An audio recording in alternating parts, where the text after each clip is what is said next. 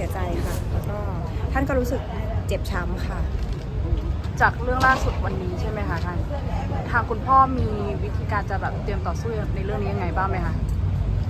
ก็อันนี้คงเป็นเรื่องของที่จะต้องคุยระหว่างแผนค่ะก็ต้องสู้ค่ะเพราะว่าถ้าเกิดเรายังไม่ได้รับความยุติธรรมเราก็ต้องสู้ต่อค่ะแต่ว่าจุดนี้ก็เราเป็นห่วงในเรื่องของความรู้สึกของพ่อนะคะก็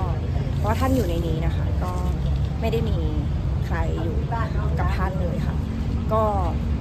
พวกเราก็ได้แต่ส่งกำลังใจแล้วก็อันนี้มันก็เพิ่งวันนี้เองเนาะก็ยังโชคดีค่ะที่เราได้เข้ามาเยี่ยมคุณพ่อกัน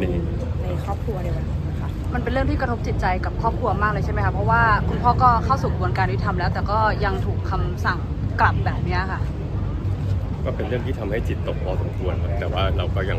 ขอบคุณทุกกำลังใจที่มีให้กับครอบครัวเราขอบคุณค่ะขอบคุณมากครับขอบคุณนะคะในสุขภาพค่ะ